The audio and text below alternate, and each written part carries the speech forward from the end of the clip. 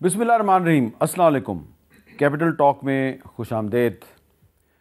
America के सदारती election के नताइज की रोशनी में पाकिस्तान की सियासत पर बहुत से तबसरे हो रहे हैं। हालांकि जो अमेरिका के जो नौमुंतखब सदर हैं डोनाल्ड ट्रंप, उन्होंने जनवरी 2025 में अपने मनसब पर फायज़ होना है। उनके इलेक्शन के फ़ौरन बाद पाकिस्तान में बहुत सी चहमगोइयाँ हो रही हैं। स्वाबी में पाकिस्तान तहरीक इंसाफ की एक बहुत बड़ी रैली हुई और उस रैली में किसी ने अमेरिका का झंडा भी लहरा दिया। झंडा लहराने वाले को गिरफ़्तार भी कर लिया गया। लेकिन ये बात जो है वो पाकिस्तान के तमाम सियासी हलकों में ज़ेर बहस है कि क्या डोनाल्ड ट्रंप साहब के जीतने के बाद पाकिस्तान तहरीक इंसाफ को कोई बहुत बड़ा रिलीफ मिल सकता है और क्या इमरान खान साहब की रहाई जो है वो पहले से ज़्यादा आसान हो गई है। लेकिन असल बात यह है कि स्वाबी के जलसे में तहरीक इंसाफ ने एक नई एहतजाजी तहरीक का ऐलान करना था। ऐलान सिर्फ ये हुआ कि हम नवंबर में कोई ऐलान करेंगे, लेकिन तारीख़ नहीं दी गई। तो मामला किधर जा रहा है, इस पर गुफ्तगू करेंगे। हमारे साथ जनाब अली ज़फ़र साहब, पाकिस्तान तहरीक इंसाफ के सीनियर रहनुमा हैं, इमरान खान साहब के वकील भी हैं, और हमारे साथ मौजूद हैं डॉक्टर तारिक फजल चौधरी साहब, चीफ विप है मुस्लिम लीग नून के कौमी असम्बली में। तो सबसे पहले मेरा ख्याल है कि इस बात पर अली ज़फ़र साहब से सवाल कर लेते हैं कि अली ज़फ़र साहब, ये जो हम सुन रहे थे कि स्वाबी में कोई तहरीक के लिए तारीख़ का ऐलान होगा, ये तो हमने सुना कि तहरीक चलाई जाएगी, लेकिन तारीख़ का ऐलान नहीं हुआ। तो आपका क्या ख्याल है कि तारीख़ का ऐलान जो है उस पर कोई सोच विचार हो रही है या अभी फ़ैसला नहीं हुआ? जी देखें, जहाँ तक और ये सवाल जो आप पूछ रहे हैं मेरे से, मेरा ख्याल है पब्लिक से इतने लोगों ने पूछना शुरू कर दिया है और पब्लिक थोड़ी डिसअपॉइंटेड भी है कि कुछ अनाउंसमेंट नहीं हुई। इरादा यकीनी तौर पे ये था कि स्वाबी का एक किक ऑफ प्रोटेस्ट होगा और ये एक डायरेक्ट एक्शन की तरफ जाएगा मामला, क्योंकि अगर आपको तब्दीली चाहिए तो फिर आप डायरेक्ट एक्शन का एक प्लान पेश करते हैं पब्लिक को। तो उम्मीद तो ये थी कि प्लान पेश किया जाएगा। इसकी क्या वजह हुई कि ये नहीं पेश हुआ और उसको थोड़ा पोस्टपोन किया गया इसके प्लान को। हो सकता है वजह थ्रेट्स हों, हो सकता है उसकी वजह ये हो कि अभी वो प्लान फाइनल नहीं हुआ, लेकिन बहरहाल पब्लिक कुछ डिसअपॉइंटेड थी। लेकिन उनको नाउम्मीद नहीं होना चाहिए, क्योंकि ये प्लान अभी बन रहा है और इंशाल्लाह इसका डायरेक्ट लिंक है इमरान खान साहब की रिहाई के साथ। क्योंकि जब तक लोग प्रोटेस्ट में शामिल नहीं होते, बाहर नहीं आते और एक्शन प्लान पे अमल दरामद नहीं होता, तो सिर्फ मेरा ख्याल है कि कानूनी कार्रवाई जो है तकरीबन ख़त्म होने वाली है। उसके साथ साथ ये कानूनी जंग के साथ साथ ये पब्लिक में जंग भी ज़रूरी है। और मेरा ख्याल है कि ये एहतजाज का हक़ चूँकि कौम का है, तो इस एहतजाज के हक़ को हमने चैनलाइज़ करना है पुरअमन तरीके से कि वो हमारी लीगल रेमेडी के साथ, हमारी लीगल जो जंग है, कानूनी जो जंग है, उसके साथ वो कोरिलेट कर ले। तो मेरा ख्याल है ये एक सारी स्ट्रेटजीज़ हैं जो कि स्लोली आपको डिस्क्लोज़ करेंगे। लेकिन यकीनी तौर पे प्लान ये था कि स्वाबी के बाद ये मामला ज़्यादा कॉन्क्रीट होगा, ज़्यादा उसमें डिटेल में बात की जाएगी, जो अभी तक हमने नहीं की, और उसकी चंद वजूहात हैं जो शायद मैं अभी नहीं बता सकता आपको। अच्छा, आपने कहा कि स्लोली एंड ग्रेजुअली आप अपने प्लान जो है वो सामने लेके आएंगे, लेकिन जो अलीमीन गंडापुर साहब ने स्वाबी में तकरीर में एक बात कही है वो बड़ी काबिल गौर है। उस पर तारिक फजल चौधरी साहब की मैं तवज्जो चाहता हूँ। ज़रा पहले आप सुने कि गंडापुर साहब क्या कह रहे हैं। से इंसाफ मिलेगा, हमारे लीडर इमरान खान साहब भी जल्द रिहा होंगे, बहुत जल्द इंशाल्लाह इमरान खान बाहर भी होंगे, इस मुल्क के वज़ीर आज़म भी होंगे। 1 से 2 हफ्ते में कानूनी तौर पर इमरान खान रिहा ना हुआ तो खुदा की कसम हम इमरान खान को भी खुद रिहा करेंगे। इमरान खान जल्द हमारे दरमियान होगा। आज इमरान खान जेल में, फैसला कुन जंग का वक्त करीब है। इस दफा हम निकलेंगे तो अपने घरों में हम बता के निकलेंगे कि अगर हम वापस ना आए तो बस ठीक है, फिर हमारे जनाजे पढ़ लेना। नवंबर के महीने में इमरान खान हमें कॉल देने वाला है। वो कॉल ये होगी, हम तब तक वापस नहीं आएंगे जब तक हम इमरान खान को रिहा नहीं कराएंगे। हाथ उठा के हल्फ दो कि हम चाहे जेलों में चले जाएं, चाहे मर जाएं, हम लड़ेंगे। जी, तारिक फजल चौधरी साहब, उन्होंने हलफ ले लिया आवाम से कि जब कॉल दे दी जाएगी तो उसके बाद इमरान खान की रिहाई के बगैर हम घरों में वापस नहीं जाएंगे? बिस्मिल्लाहिर्रहमानिर्रहीम।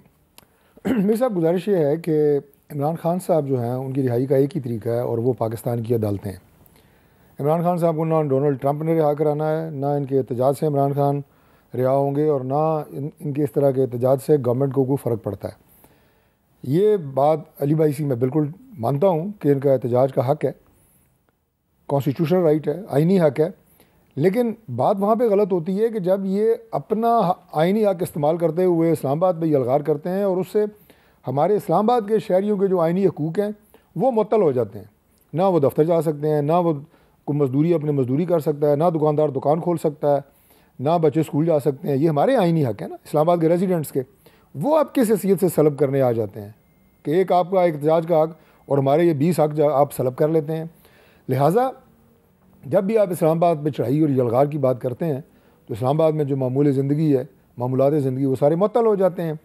और ये जो आपने अली मीन गंडापुर की वो दिखाई सारी ये क्लिपिंग्स, देखें स्वाबी के जलसे में मैं तादाद पे नहीं जाऊँगा कि कितनी थी या कितनी नहीं थी, लेकिन ये बात बिल्कुल तय है कि इनकी तवक्को से बहुत कम लोग आए हैं वहाँ पे। और उसकी बुनियादी वजह ये इनकी ये नारे और ये गीदड़ बबकियाँ हैं, गैर संजीदा बातें जो वज़ीर आला KP हर जलसे के अंदर, अब ये हो जाएगा, एक हफ़्ते के अंदर ये ना हुआ तो ये हो जाएगा, मैं ये कॉल इधर दूंगा और उधर से ये हो जाएगा, कख भी नहीं हुआ, ना होना है।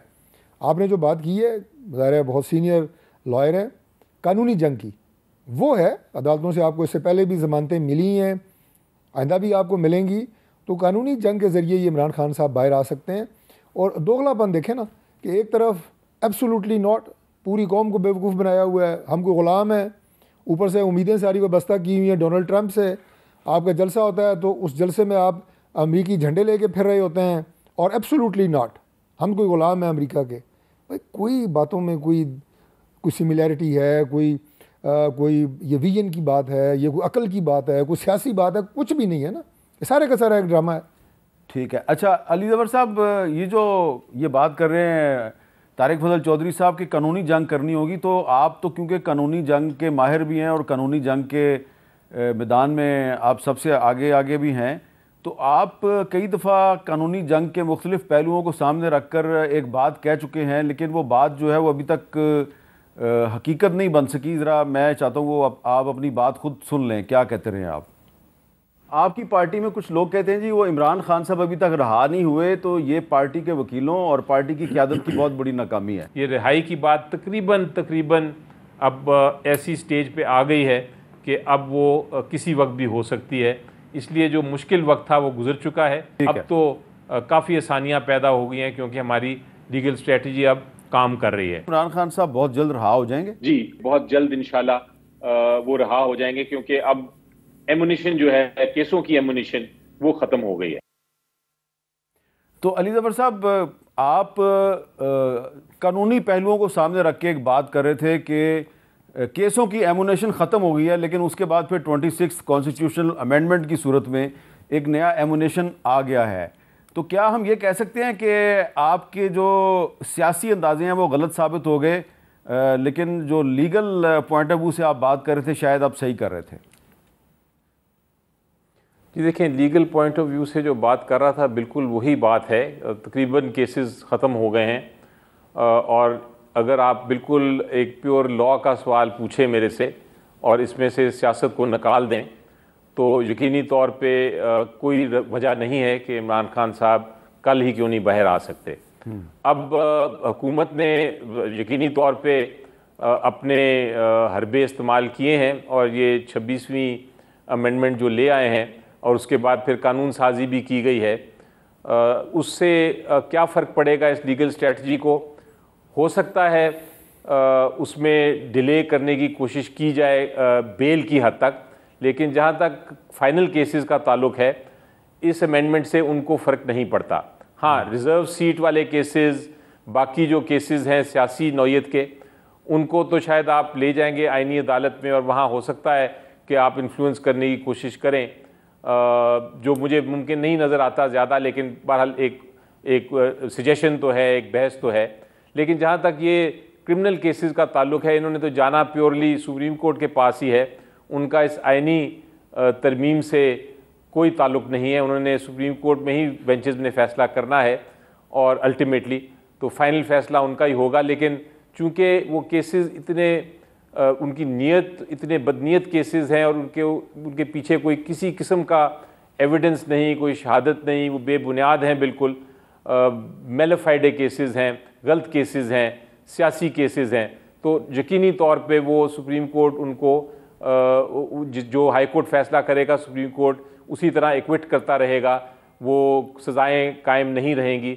इसलिए मैं कहता हूँ कि मुझे नज़र आता है कि बहुत जल्द अभी भी इंशाल्लाह इमरान खान साहब रहा होंगे और उसको मैं प्योरली एज अ लॉयर एक वकील की हैसियत से मैं आपको ये कह रहा हूँ। क्विकली एक सवाल मैं आपसे करना चाह रहा हूँ कि आज जो रावलपिंडी पुलिस है उसने जो इंसदाद दहशत गर्दी की खुसूसी अदालत है उसमें उन्होंने कुछ डॉक्यूमेंट्स आज जमा करवाए हैं जो GHQ पे जो हमले का केस है, और उसमें इमरान खान साहब को भी नॉमिनेट किया गया और भी उसमें PTI के रहनुमा हैं, और इसमें कोई 80-90 के करीब जो विटनेसेस हैं उनको भी शामिल किया गया, और जो फ़र्द जुर्म है वो 16 नवंबर को आयद करने का बताया गया, यानी आज नई डेट है 16 नवंबर।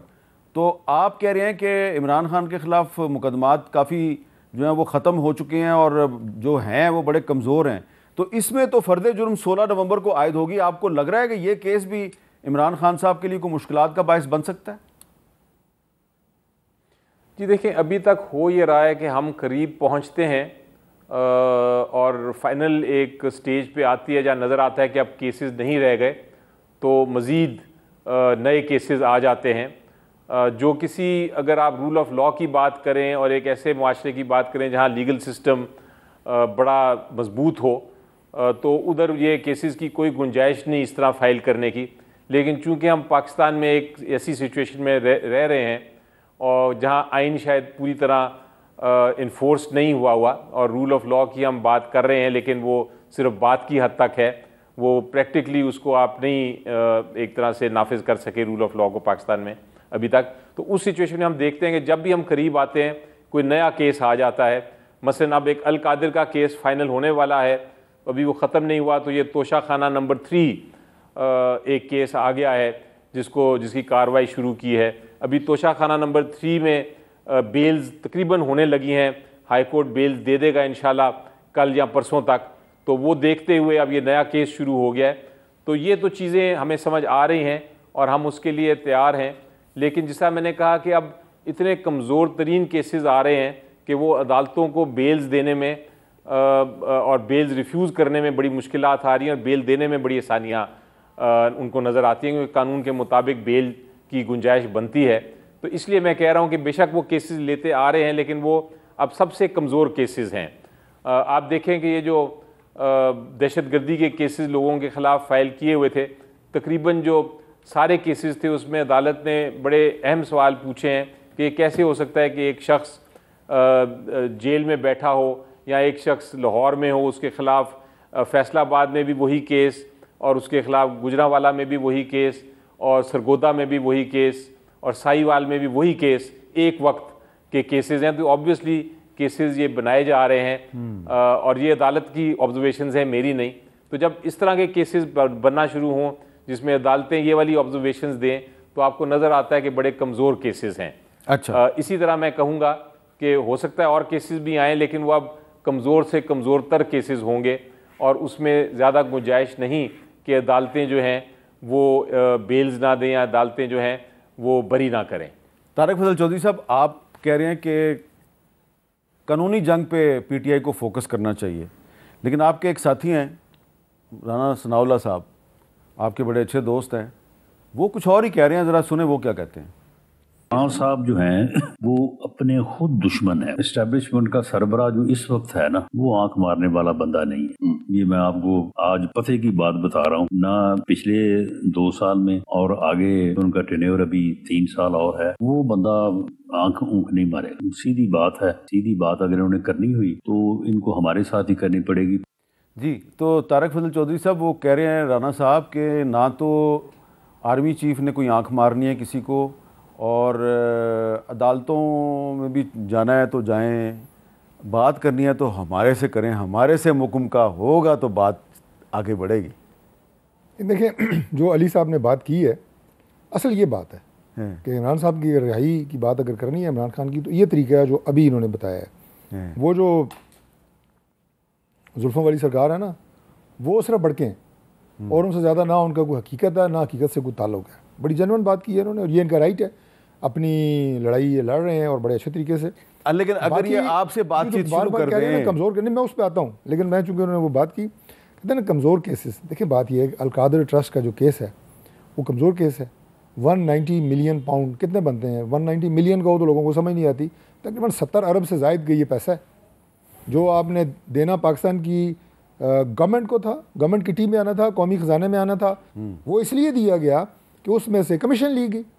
वो कमीशन जो शहजाद साहब थे, शहजाद अकबर, उन्होंने भी ली, आपका काबीना के और मेम्बरान थे उन्होंने भी ली। किस किस ने ली मेरे पास ज़ाहिर है वो नामों की फहरिस्त तो नहीं है, लेकिन वो ली गई, वो किक बैक लिया गया, हिस्सा लिया गया, तब ये पैसे दिए गए। तो इतनी मासूमाना बातें तो ये नहीं है कि तहरीक इंसाफ के जनाब के नहीं इधर उधर, ये बिल्कुल ऐसे ही है। ये जो 70 अरब रुपया के जैसे मेरा यानी है क्या ये, मतलब सादा ज़बान में अगर कहूँ कि ये बिल्कुल ऐसे है कि मेरा कोई ट्रैफिक सार्जेंट इशारा तोड़ने पे चालान करे 10,000 रुपया और 10,000 लेके जाके मेरा बिजली का बिल जमा करा दे कि जी चालान कर दिया है, साथ मेरा ही बिल जमा हो गया। भाई इस तरह तो नहीं होता। ये केस है कि जो गवर्नमेंट के खाते में आना चाहिए था 70 अरब रुपया, इन्होंने उसको दिया। अच्छा, उसके बाद बाकी जो तोशाखाना वगैरह के केसेस हैं, भले आप ये कहें कि ये छोटे केसेस हैं, बट ये जो एक प्राइम मिनिस्टर का मनसब है, ये उसके साथ ऑनेस्टी नहीं, ये डिसऑनेस्टी है। लेकिन बहरहाल अदालतों ने फैसला करना है, मैं उसमें नहीं जाता। जो बात राना साहब की आपने बात की है ना, देखिए मीर साहब, आज बहुत बड़ा और बड़ा सीरियस इशू पाकिस्तान का टेररिज्म है, दहशतगर्दी है, जो दोबारा जो है वो सर उठा रही है। मैं आज इससे पहले एक प्रोग्राम था, उसमें था तो बहुत सीनियर इनके, जिस तरह अली ज़फ़र साहब हैं, खोसा साहब, उन्होंने कहा जी हमारा तो सूबे का ताल्लुक ही कोई नहीं है। पीटीआई की गवर्नमेंट ज़रूर है केपी में, मरकज़ जाने, फ़ौज जाने, एस्टेब्लिशमेंट जाने ये क्या है दहशतगर्दी, हमारा कोई ताल्लुक नहीं है, ना ये सूबे का सब्जेक्ट है। तो लेट्स जस्ट इमेजिन कि इतने बड़े भाई बात ये है कि लॉ एंड ऑर्डर, अली अमीन गंडापुर ने खुद कहा है कि मैं अपनी पुलिस से दहशतगर्दी कंट्रोल करूँगा। आपका सब्जेक्ट है, जो काम मरकज़ ने करना है हम करेंगे, जो काम इंटेलिजेंस के इदारों ने करना है वो कर रहे हैं।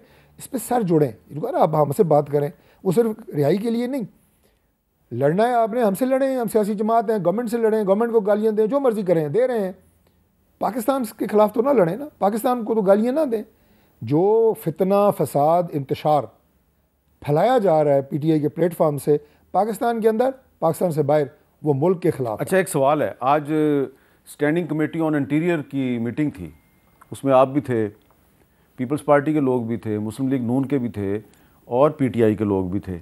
आईजी इस्लामाबाद जो हैं वो कोई ब्रीफिंग दे रहे थे लॉ एंड ऑर्डर की सिचुएशन पे, क्योंकि आपको पता है पिछले दिनों इस्लामाबाद में काफ़ी जराइम बढ़ गए हैं, डकैतियाँ हो रही हैं।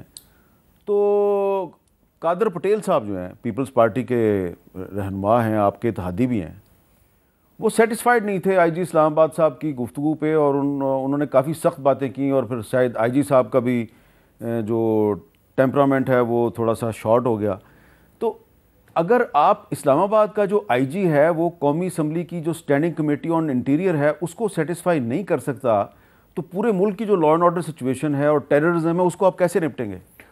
मीर साहब, शॉर्टली मैं इस पे अर्ज़ करूँ कि देखें, स्टैंडिंग कमेटी जो होती है वो 18 MNAs पे नॉर्मली मुश्तमिल होती है और ये जो 18 MNA हैं ये उन तमाम जमातों में से होते हैं जिनकी मौजूदगी पार्लियामेंट के अंदर है, कौमी असम्बली के अंदर है। तो लिहाजा जो अपोजिशन होती है वो अपोजिशन ही होती है, उसने तो बात ही ज़ाहिर है हमारी गवर्नमेंट, वो हमारी गवर्नमेंट का आईजी है, उसके खिलाफ ही करनी है। लेकिन बहरहाल आई स्टिल से कि जो अपोजिशन के मेंबर हैं उन्होंने भी बड़ा अच्छा आज वहाँ पर गुफ्तगू की, उन्होंने briefing the, law and order की सिचुएशन की, कंपेयर किया कि पिछले साल क्राइम कितना था, अभी कितना है। मेंबर्स का बिल्कुल राइट है कि अगर वो किसी बात के ऊपर सेटिस्फाई नहीं है तो वो उसका इजहार भी करें, मीटिंग में भी कर सकते हैं, मीडिया के बाद भी कर सकते हैं और आईजी से सवाल जवाब भी कर सकते हैं। वो आते ही वहाँ पे ज़ाहिर है मेंबर्स के, ऑनरेबल मेंबर्स के सवालात के जवाब देने और उन्हें सेटिस्फाई करने। तो ये तो होता रहता है, बाज़ औक़ात ब्रीफिंग से मेंबर सेटिस्फाई नहीं होते, बाज़ औक़ात हो जाते हैं। बाज़ औक़ात स्टैंडिंग कमेटी का चेयरमैन जो आपका आदमी है वो भी खुश नहीं होता आईजी से। नहीं, देखिए, चेयरमैन ने ज़ाहिर है अपनी पूरी कमेटी को साथ लेके चलना होता है। अगर सिर्फ आईजी को बात नहीं है, अगर किसी भी गवर्नमेंट के ऑफिसर का, चीफ मिनिस्टर साहब भी थे तो चेयरमैन सीडीए भी हैं, रिजर्वेशंस होती हैं तो चेयरमैन ने उनका भी ख्याल रखना होता है और एक बैलेंस मेंटेन रखना होता है। लेकिन बहरहाल कोई ऐसी चीज़ नहीं थी। एक पिछले प्रोग्राम में आपके इस्लामाबाद में 4 बैंक डकैतियों की बात हुई थी जिसमें 2 बंदे भी शहीद हुए थे। वो मुलजिम 7 दिनों में इस्लामाबाद पुलिस ने सरगोदा से पकड़ा है और थ्रू आउट वो जब इन वारदातों में हेलमेट इस्तेमाल करता रहा है और उसको यानी रिवर्स इंजीनियरिंग करके कहाँ से उन्होंने ट्रेस किया और कैसे किया, तो ये बड़ा अप्रिशिएबल चीज़ है। फिर SCO समिट में एक जुमला कह दूँ कि जो इस्लामाबाद पुलिस का और हमारी इंतज़ामिया का और लॉ इन्फोर्सिंग एजेंसीज़ का, इंटेलिजेंस के इदारों का जो रोल रहा है वो भी मिसाली है। ये आपकी बात दुरुस्त है कि जो समिट हुई इस्लामाबाद में वो बाकी कामयाब थी। एक यहाँ पे ब्रेक लेते हैं, ब्रेक के बाद दोबारा मिलते हैं।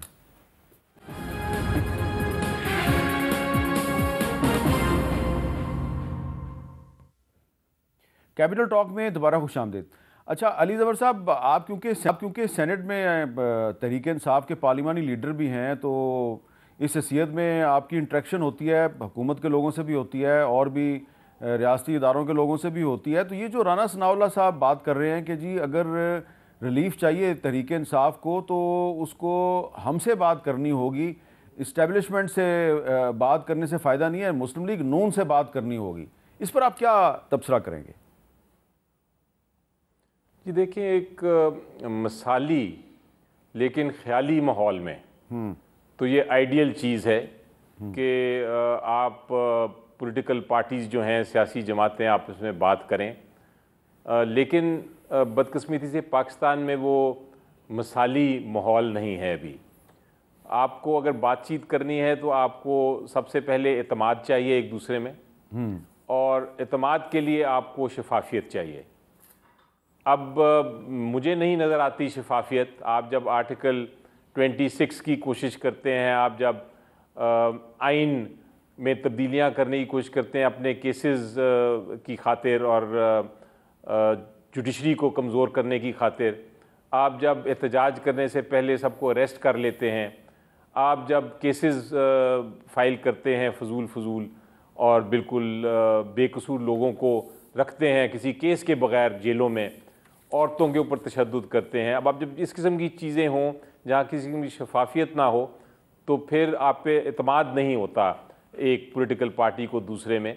कम से कम PTI को नहीं हो सकता कि आपके पास ये इख्तियार भी है कि आप कुछ कर सकें, आपके पास ये ताकत भी है कि आप कुछ हमसे डायलॉग कर सकें, तो तब तक बातचीत का माहौल नहीं बनेगा। लेकिन एक मिसाली आइडियल सिचुएशन में बिल्कुल डायलॉग होना चाहिए, और ये पॉलिटिकल पार्टीज़ जब अपने आपस में बैठ के बातें करेंगी तो फिर कोई दूसरी कुव्वत जो है वो मुदाखलत नहीं कर सकेगी सियासत में, और जब सियासत में मुदाखलत नहीं होगी तो जमहूरियत जो है वो ज़्यादा मजबूत होगी।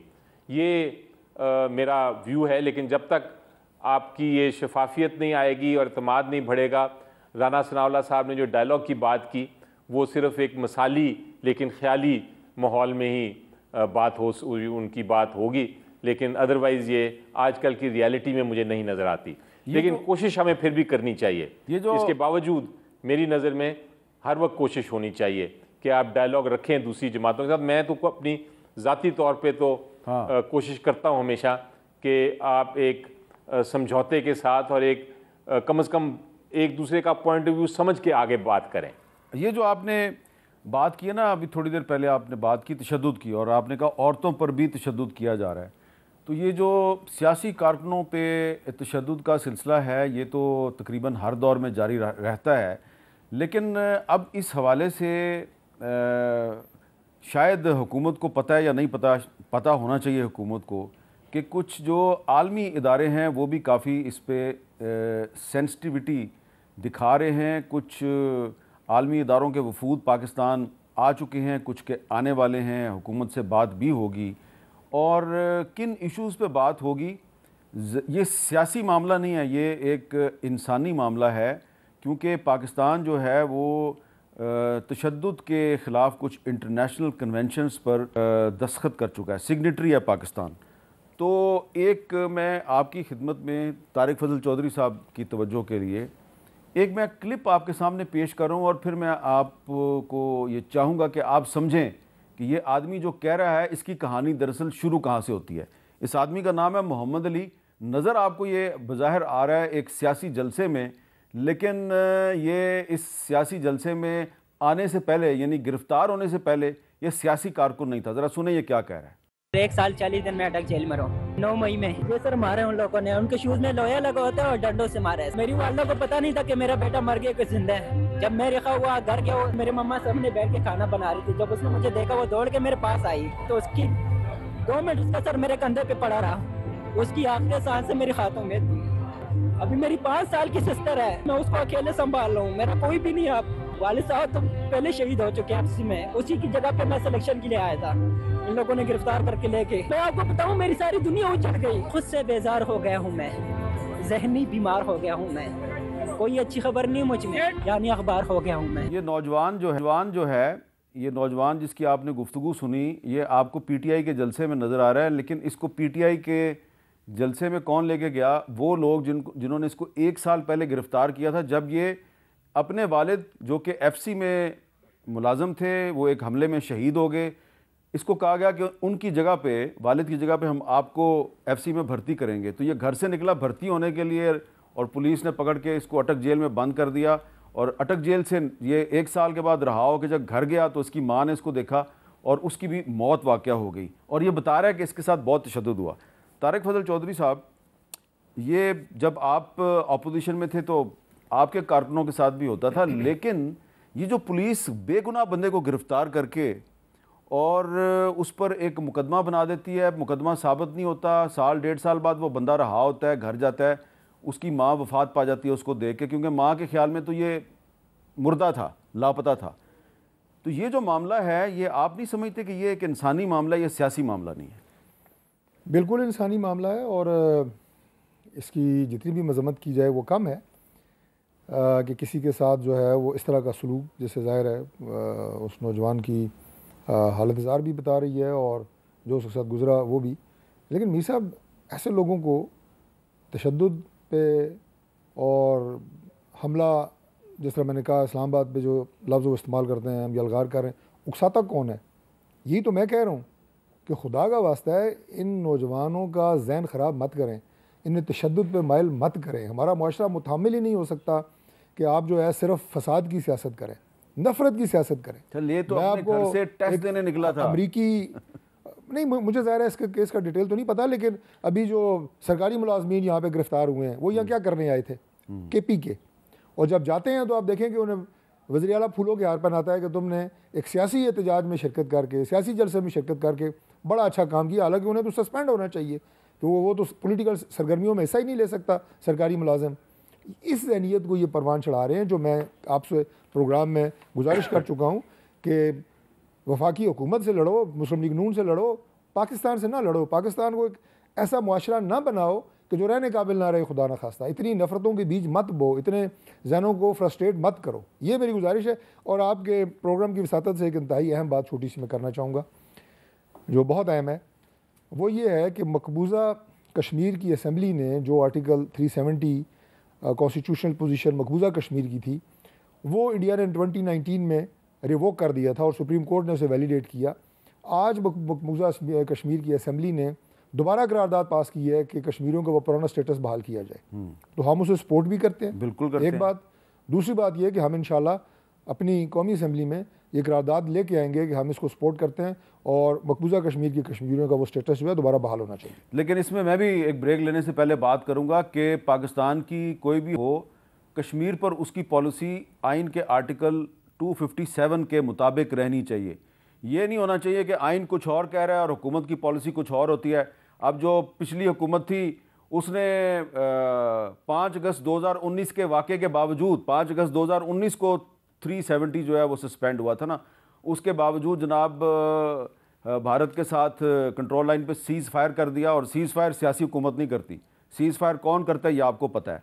तो मुशर्रफ साहब की पॉलिसी कुछ और होती है कश्मीर पे, फिर बाजवा साहब आते हैं उनकी पॉलिसी कुछ और हो जाती है। अब जो पॉलिसी है उसमें जो तारिक फजल चौधरी साहब ने कहा है, मैं उसको सपोर्ट करता हूँ, लेकिन ये भी बतौर एक पाकिस्तानी शहरी हमारा और कश्मीरियों का ये हक़ है कि हमें जो है ये एश्योरेंस दी जाए कि हुकूमत बदलने के साथ कश्मीर पे पॉलिसी तो नहीं बदलेगी। वक्फे के बाद दोबारा मिलते हैं।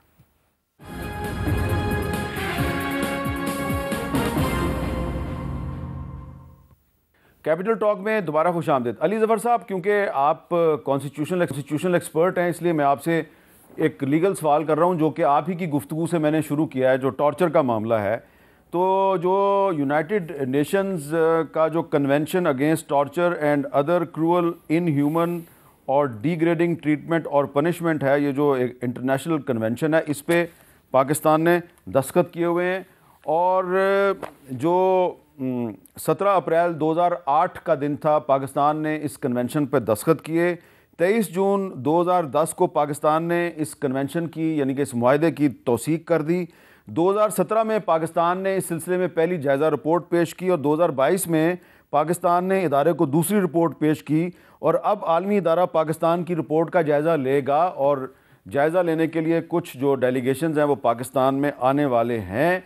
हुकूमत ख्वाह कोई भी हो, मैं आपसे जानना चाहता हूँ, बीइंग अ कॉन्स्टिट्यूशनल एक्सपर्ट, कि इस तरह के जो इंटरनेशनल कन्वेंशंस हैं ह्यूमन राइट्स के साथ जिनका ताल्लुक़ है, उन पर दस्तखत की यकीन दहानी करवा के पाकिस्तान ने यूरोपीय यूनियन से GSP प्लस स्टेटस लिया हुआ है। 27 इंटरनेशनल कन्वेंशंस हैं related to human rights, labour laws, child rights. अगर उनको पाकिस्तान की स्टेट जो है वो रिस्पेक्ट नहीं करेगी और इन इंटरनेशनल कन्वेंशंस की जिसमें ये टॉर्चर के ख़िलाफ़ जो कन्वेंशन है ये भी सर फहरिस्त है, अगर पाकिस्तान की रियासत इनको रिस्पेक्ट नहीं करेगी तो फिर क्या आप नहीं समझते कि पाकिस्तान की रियासत का बाद में आगे चल के नुकसान भी हो सकता है? जी, आपने ये बड़ा एक सेंसिटिव और बड़ा अहम टॉपिक एकदम रेज कर दिया, जिस पे बड़ा एहतियात के साथ और बड़ा सोच समझ के मुझे जवाब देना चाहिए, क्योंकि इस जवाब से बड़ा इम्पैक्ट हो सकता है हमारी मईशत पे, हमारे इकॉनमी पे। जहाँ तक ट्रीटीज़ का ताल्लुक़ है, जनाब, बड़ा वाज़े है कि जब आप ट्रीटी रेटिफाई कर दे एक हुकूमत, स्पेशली जब टॉर्चर और लेबर लॉज और ये जिसका आपने ज़िक्र किया, बहुत सारे कवानीन जो हैं उनके ऊपर रेटिफाई कर दे और आपका आइन भी उसको कहता हो कि ये बिल्कुल जायज़ हैं, आप टॉर्चर नहीं कर सकते, आपने रिस्पेक्ट देनी है लेबर को, आपने कवानीन को फॉलो करना है। जब आपका आइन और आपकी इंटरनेशनल ट्रीटी एक हो तो फिर आप उसकी किसी किस्म की खिलाफ वर्जी नहीं कर सकते। अगर आप करेंगे तो जो कंडीशंस लगाई हुई हैं, मसलन हमारे लिए यूरोपियन यूनियन बहुत अहम है, हमारे लिए एशियान कंट्रीज़ बड़ी अहम हैं, और उनके साथ जो हमारी ट्रीटीज़ हैं और हमारी जो एग्रीमेंट्स हैं वो इसी चीज़ पे उनका बेसिस है, इस चीज़ की कंडीशन है उसमें लगाई उन्होंने कि आप ये जो इंटरनेशनल ट्रीटीज़ जो आपने रेटिफाई की हैं और जो आपका आइन के साथ बिल्कुल उनका ताल्लुक़ है, आप उनको उनकी खिलाफ वर्जी नहीं करेंगे। तो अगर खुदा न खास्ता ये पता चला या फ़ैसला हुआ कि आप जानबूझ के उन ट्रीटीज़ की खिलाफ वर्जी कर रहे हैं, तो फिर ये उसका इम्पैक्ट, मैं इसे आगे नहीं कहूँगा, उसका इम्पैक्ट बहुत संगीन हो सकता है। वो ट्रीटीज़ जो हैं उनकी खिलाफ वर्जी की वजह से आपका जो स्टेटस है वो तब्दील हो सकता है। ये ख्याल आना चाहिए और इसको समझना चाहिए और इस पर गौर करना चाहिए, और जो कुछ हो रहा है इसको फिल फॉर रोक देना चाहिए, जिसका जिक्र आपने भी किया और मैंने भी किया, ये टॉर्चर्स और ये प्रोसिक्यूशन और ये लोगों को कैद करना है। और इस पे मैं भी गया हुआ था रिसेंटली एक इंटरनेशनल पार्लियामेंट्री यूनियन में, जहाँ इस बात पे बात हुई और यहाँ तक कहा गया कि ना सिर्फ लोगों का बल्कि जो लॉ मेकर्स हैं, जो पार्लियामेंटेरियंस हैं, उनको भी टॉर्चर के ख़िलाफ़ कोई तहफ़्फ़ुज़ नहीं पाकिस्तान में। और ये एक बहुत सीरियस, अच्छा, बस यहीं पे मेरा ख्याल है आप भी ब्रेक लगा लें यहीं पे, और मैं भी यहीं पे ब्रेक लगा लेता हूँ, क्योंकि जो मुतलका इदारे हैं जिनका आपने जिक्र किया है, उनके पास एक MNA साहब जो हैं उनके घर के लोग जो हैं, यानी कि घर की ख़वातीन का क्लिप भी मौजूद है और वो लोगों से पूछते फिर रहे हैं यार ये कुछ हो रहा है। बहरहाल, मैंने बहुत बहुत शुक्रिया डॉक्टर तारिक फजल चौधरी साहब और अली ज़फ़र साहब, मैंने ये जो आखिर उठाया है ये सिर्फ इसलिए उठाया है कि पाकिस्तान की जो रियासत है उसने आलमी सतह पर बहुत सी कमिटमेंट्स दी हुई हैं, और उन कमिटमेंट्स को अगर पाकिस्तान की रियासत पूरा करेगी तो जो फैसिलिटीज़ पाकिस्तान की रियासत और पाकिस्तान के शहरियों को मिलती है, जैसा कि GSP प्लस स्टेटस है, 60% पाकिस्तान की जो टेक्सटाइल की एक्सपोर्ट है वो यूरोपियन कंट्रीज़ को जाती है, तो उस पर असर पड़ सकता है। तो मैंने सिर्फ एक सेंसिटाइज़ किया है रियासती इदारों को कि ज़रा इस पर तवज्जो दें और ये जो टॉर्चर की शिकायत आ रही हैं इनको कम करने की कोशिश करें, ताकि पाकिस्तान की रियासत के मुफाद के लिए ख़तरात पैदा ना हो। इजाज़त दीजिए, अल्लाह हाफ़िज़।